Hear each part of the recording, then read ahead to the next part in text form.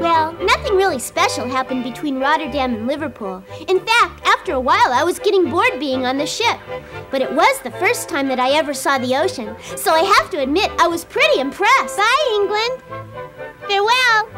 This funny-looking boat is called a tugboat, and it dragged us to our steamboat. At last, we pulled up to a big steamer called Blackburn Rock, bound for Australia. Oh, my. I had never seen anything so big in my whole life.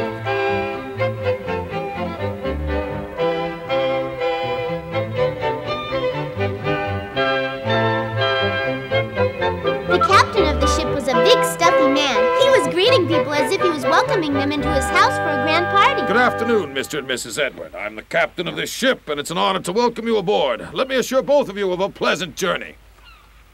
Tell me, Captain, I trust you have a doctor aboard this ship. Indeed we do. He's been with us for a long time. He's one of the best. As you can see, my dear wife is in the family way, Captain. She'll be in very good hands, Mr. Edward.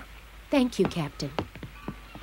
What an elegant hat. It was probably made in Paris. She certainly is very pretty. But the husband looks so nasty. Yes, he does look a bit arrogant. Who is he? I hear he's the secretary to the Governor General in Australia. Yes, smart. That's right.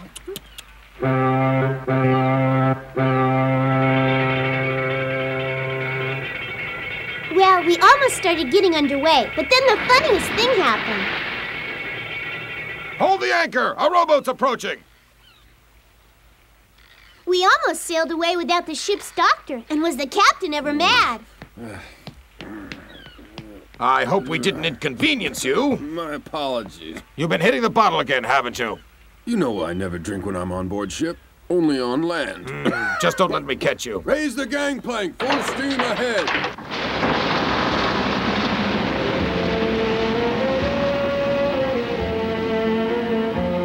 And so our long journey began.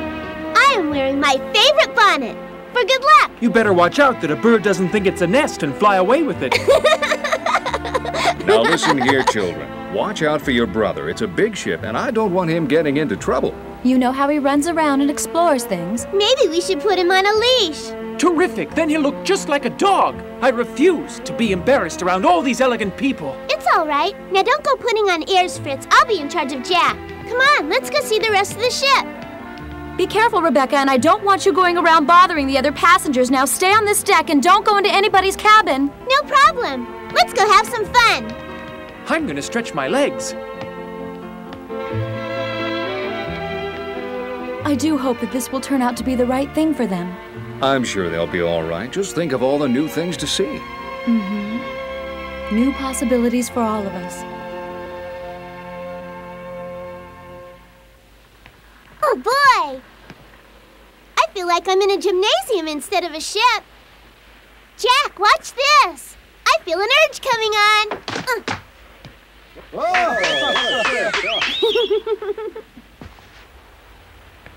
Me too. Be careful. It's hard to do. See what I mean? Hey, where are you going? Anybody can make a face. Oh. Uh-oh.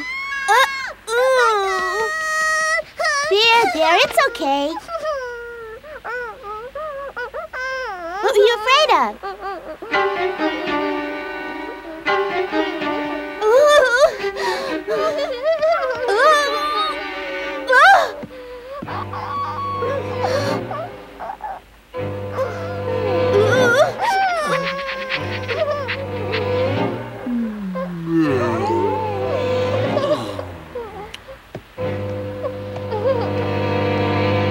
Big bully.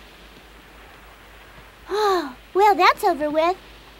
Well, I certainly taught him a lesson, never to mess with me. Meanwhile, Fritz was having an encounter of his own kind on the ship. Mind if I join you? You look lonely. What? I'm not lonely. Are you sure? I have my whole family with me. Do I really look lonely? Not just that. You look sad. Well, that's because I was thinking about some things. Like what? Like my two favorite things in the whole world. I left my flute and my guitar back at home. Oh, that means you love to play music. Of course. Oh, why, that's wonderful. I love music. Nice to meet you. I'm Fritz. Hi. Jack and I went exploring our new surroundings. It was like being in the biggest playhouse in the world. It certainly was the most unusual one. This is more fun than home.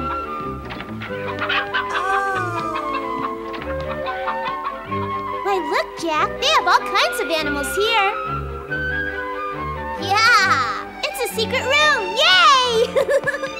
Hello, Mr. Goat. There's a family of pigs. Becca, come here, come here. Becca, come here. Come on, Jack. Here. A baby monkey. Uh-oh. Stay close to me, Jack.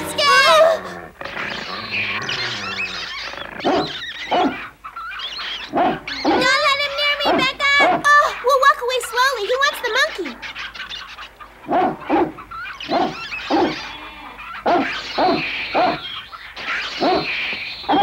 Down, boy. It's okay. I've been looking everywhere for you. Brewster here didn't mean to frighten you. He just gets a little over-anxious. Why, the big old mutt was just being friendly. But he looks so mean, and I thought he'd bite us. Nah, he wouldn't bite a fly. He's been on board with us ever since he was a pup. He'd been abandoned by his mother, and he's served us valiantly for almost 10 years. He was just playing with the monkey in his own way. Would you like to pet him? He loves children. Well?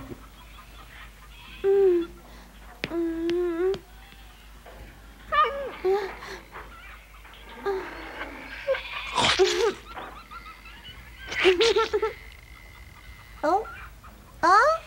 He really is a friendly dog, isn't he? I like him. Me too. We can be friends and play together, all right? My name is Becca. Would you like to play with me? Huh, boy? Huh? That was a very quick friendship. Now it's your turn to come over here and be nice. But he's bigger than me. Come on, Jack. He just wants to be nice. He's so cute. No, he might bite me. Get away!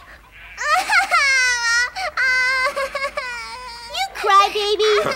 The dog is sure scared, the little tyke, isn't he? Well, Fritz and Emily became good friends. It was as if they knew each other all their lives. It was hard for me to leave everything behind. I've never been out of Switzerland. There were so many interesting things to see and do on board, I hadn't realized how far away we were from England.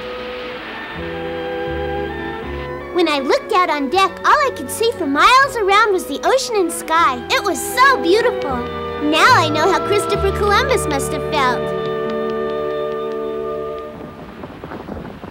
Jack was soon up to his usual tricks, getting into trouble. The air feels good. Oh, my goodness. It sure is very windy out here. Oh, better fix my hair.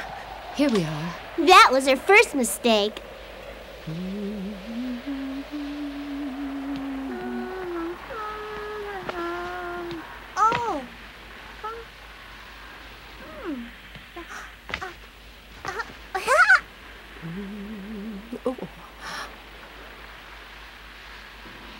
Oh. Oh, young boy, be careful with that hat. Please give it back to me right now. Oh, no, not my favorite hat. Oh, Robert! Catherine, what is it? Oh! My hat fell overboard. That little boy took it. He wouldn't give it back. So you're the monster that did this. I ought to. Jack, you needn't be so nasty about it. Oh, really? Did you know that he just threw my wife's hat away? He should be punished for it. You're frightening him. He didn't mean to. The wind blew it away off his head. The child should not have been playing with the hat in the first place. In my day, we weren't allowed to run around like wild animals. And that hat cost a lot of money. That hat was a special order from Paris that I got for my wife for her birthday. So what do you think I should do about it? Just pat him on the head? I'm to blame, not my little brother. I I was supposed to keep my eye on him. Please don't yell at him. Where are your parents? I'd like to have a word with them. You should be supervised. Rebecca! Are you supposed to be looking after these children? Why were they left alone? Who is responsible? Things were definitely not looking good. You're just feeling a bit seasick, dear. That's probably what it is. You mustn't try to stem against a rolling ship. You must learn to ride with the waves rather than against it. It's the same principle as riding on a horse. I feel like I've disappointed you. Nonsense, my dear. I feel a little queasy myself, but I've learned how to deal with it over the past few years. Father, there's been some trouble. What's happened, son? I'm very sorry for my son's behavior. Please allow me to pay for it. I'd be glad to do it. That's impossible. But I'm sure it was an expensive hat, and I'd like to make it up to you. Really, it's only the honorable thing to do.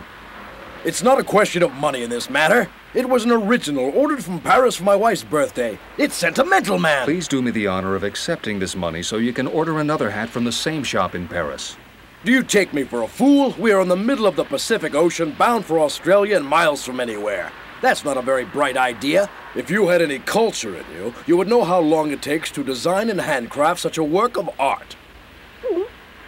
No, sir, I refuse to forgive this transgression until my wife is wearing the bonnet on her head upon arrival in Melbourne. Do you understand me? But it's blown away. I hope you can swim, because that's the only way to retrieve it.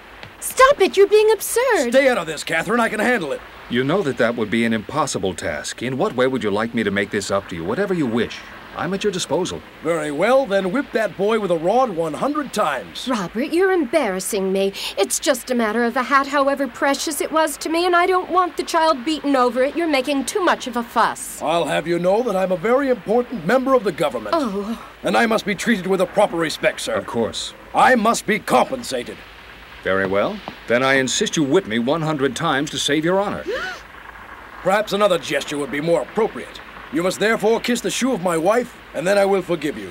Is it agreed? Oh, but Robert, you're degrading the man. I won't have it. Poor father. I will do this. As you wish. Madam, please accept my apology. I was never more proud of my father than at that moment. Please, don't do this. The hat belonged to me, not my husband. I sincerely accept your apology. You are a noble man. Yay! Thank you, madam. You're a kind lady. Thank you, sir, and it's a pleasure to meet a gentleman like yourself. Good day. That'll teach him. Come along, Catherine.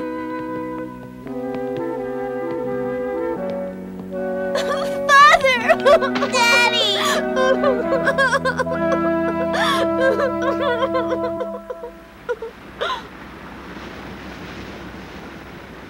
Things got better after that. Mother felt better, and soon we were all caught up in the ship's festivities. It was really funny because winter is supposed to follow autumn, but after crossing the equator, summer returns again. And so they have a party to celebrate it. It's called the Equator Festival. Wee! Wee! All the flags from around the world are displayed, and they throw a big party outside on the deck. Special dishes are prepared, and people can eat and drink as much as they like. They even serve champagne. And they had this wonderful band playing, and people were dancing and having a grand old time. Even Fritz. I'm glad you're feeling better, Anna. Oh, I'll be all right, just as long as the typhoons don't hit us, darling. Fritz and his new girlfriend, Emily, were getting along famously. Do you play any instruments, Emily? Violin. That's great. Trust me. Excuse me, my friend and I are musicians. Would you mind if we borrowed your instruments? Piergues. Thank you. Thank you. And then the best thing happened. I was so proud of Fritz. I mean, he's usually so shy, but he really impressed everyone. Well, almost everyone. Some people on this ship are low class. They don't make enough money working in Europe, so they think they can make a better living in Australia. But Robert, you're also one of those people who are moving to Australia. But I'm working for the government, and I have been sent on assignment to Australia. There are many officials assigned to Australia who I've met that are pretty rotten too. You insult me? I have met a few ship's doctors of questionable character, especially the drunk ones who've been stripped of their licenses. I must find Catherine. I've had enough of you. It's a riddle to me how a ruffian like you could have such a lovely wife. At least I have a wife, you drunken buffoon. Jack and I had ourselves a wonderful time tasting all the delicious foods from around the world, some of which I can't even pronounce. Captain, hurry, quick! What is it, Mr. Edwards? You're as pale as a ghost. It's my wife. She's going to have the baby. Find the doctor. It's happening now. What? That dirty, rotten scoundrel, I'll get him. Oh, the filthy swine. Offending my reputation! Ah, you picked a fine time to be drunk. What are we gonna do with you? You're hopeless. Wait a minute. I'll make an announcement. Excuse me, ladies and gentlemen. May I please have your attention for just a moment? Is there a doctor among you? It's an emergency case. Please identify yourself immediately if there's a doctor on board. I repeat, it's an emergency case. It's you. Yes, dear. I am a doctor, Captain. Keep breathing. Robert, dear, I'm ready to deliver the baby. What could be taking the doctor so long? I'll go and look for him. Oh, hurry back, Robert. The contractions are coming very fast. Where's the doctor? My wife's having a baby right now. Wait a minute. Sorry for taking so long, Catherine. This is Dr. Robinson. He's a fine doctor. He'll take good care of you. Relax, madam. Everything will be all right. Oh, you're the man with the little boy. Captain, would you have my wife Anna bring some hot water and towels? She's a very capable young nurse. Right away, Doctor. Fate sure has a funny way about affecting people's lives. I was learning more on this trip than I ever did at school. Captain, help me with this oath. We have to act fast. When I get to Australia, I'm going to report this. Mr. Edwards, your wife is in capable hands. There's a doctor and his nurse in there with her right now. Dr. Ernest Robinson. In fact, in a short time, your wife will have delivered your baby. I hope that whether it's a girl or a boy, that at least it looks like her. So why don't you just relax and take a walk on the deck? There's nothing you can do right now, so you might as well be patient. That's easy for you to say, for me to be patient. Is she really having the baby? Right this very minute.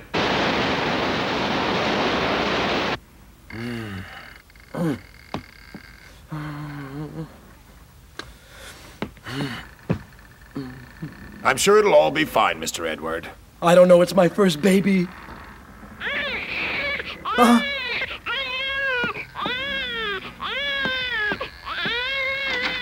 You can come in now. Would you like to hold your baby? Oh, what a cute boy. Thanks to Dr. Robinson and his wife. Huh? You mean... Hello? Father, can we come in and see the baby? Of course you may come in, children. Hello, little boy. Aww, he's smaller than me. Congratulations. Oh, I've been behaving foolishly. I'm so embarrassed. Can you forgive me? You did act foolish, Robert. I hope you've learned something from Dr. Robinson. We have to learn to forgive people because sometimes we need to be forgiven too. And now that we have our baby, it's important that we teach him these lessons. I beg your forgiveness, Doctor. I apologize. Forgive me for my arrogance and my rudeness. I beg you. You brought my son into this world. That's okay, Mr. Edward. I'm glad I was here to help. You have a fine baby boy. It's quite a feeling to be a first-time father. I can't begin to tell you what it's meant to me. I remember the day Fritz was born. You and your lovely wife certainly have a lot to look forward to. This voyage will be a long one. Let us all be friends and live in harmony. Yes, that would be much better.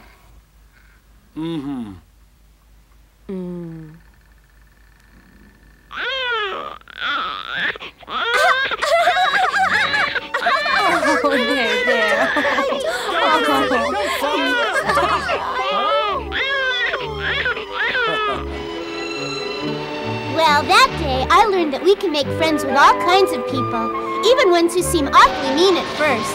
I soon soon had lots of new friends all sailing along the deep blue sea, Australia bound.